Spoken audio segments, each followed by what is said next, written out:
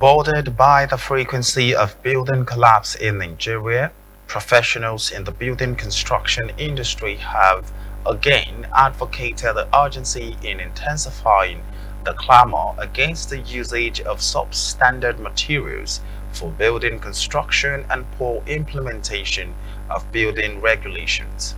The professionals, ranging from town planners, builders, architects, quantity surveyors, amongst others, under the aegis Building Collapse Prevention Guide (Bcpg), made the call when they visited the site of the building collapse in Ikorodu area of Lagos State and commiserated with the family who lost 2 out of 3 children from the collapsed building. Our correspondent Fatoki Kunle compiles details in this report presented from our studio. It was in May 2025 when an uncompleted 3-story building along Obafemi Awolowo Road, Otaono, collapsed in the Ikorodu local government area of Lagos State, and as often, people grieved over loss of loved ones. This is now the remnants of the collapsed structure, believed to have resulted from inadequacies that are still being tolerated in the built environment.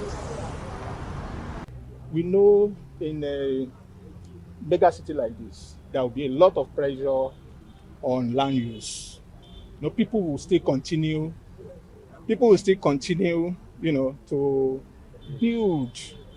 So I will know there's a lot of pressure on the government. The government cannot do it alone.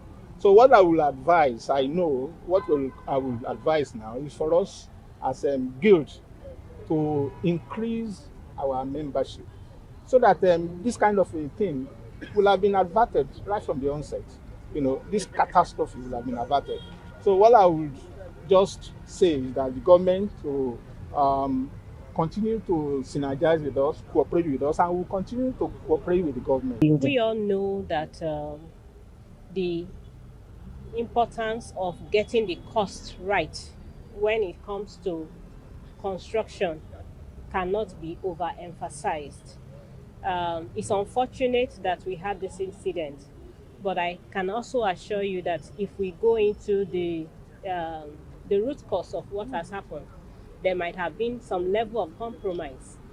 My appeal to us this day is that there is need for anyone who wants to construct to be willing to pay the right price for building, the right cost for the right materials, the right cost for labor.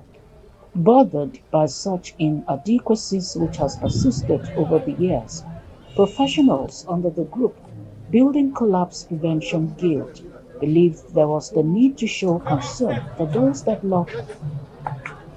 Bothered by such inadequacies which has persisted over the years, professionals under the group Building Collapse Prevention Guild believed there was the need to show concern for those that lost loved ones from the tragedy. No wonder they paid a visit to the family that lost 2 of their 3 children to the collapsed. And what you try to do here, anything happening in your area about building construction, you pay attention to it. And we have a lot of information. So that network was so fantastic and effective, to the extent that building artisans will call you at a site that we are about to embark on concrete work here, but we are being persuaded to reduce the number of bags of cement that will not give us the required strength. So look at that network. With the loss of 2 children still fresh in the minds of the bereaved family, imagine the psychological trauma and mental health challenges the parents and the remaining child would have experienced since May 27, 2025, when the building collapsed. We have lost 3 people in our family, 3 members of our family. My uncle and the 2 children of my cousin from the same parents, promising children. The eldest son just did JAMB and he scored 320. I'm appealing to the government that it should please help us out. We have spent over 50 million on that property, and that same property is where we buried our grandmother. You have been to the site, you can see her tomb there. So we cannot lose 3 members of our family, lost fortune in terms of money and our property again. So I want to appeal once again to the governor that he should please help us out. These built environment professionals also seized the opportunity to sensitize the public on the danger inherent in the usage of substandard building construction and poor implementation of building regulations. There is a gap, like a skills gap.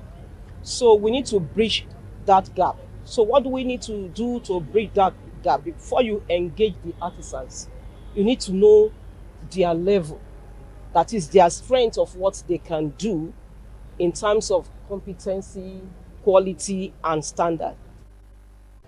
It was indeed a humanitarian service for these professionals who are clamoring for human feelings when ensuring building construction meets acceptable standards and regulations, especially in Lagos, which has witnessed more than a fair share of building collapse.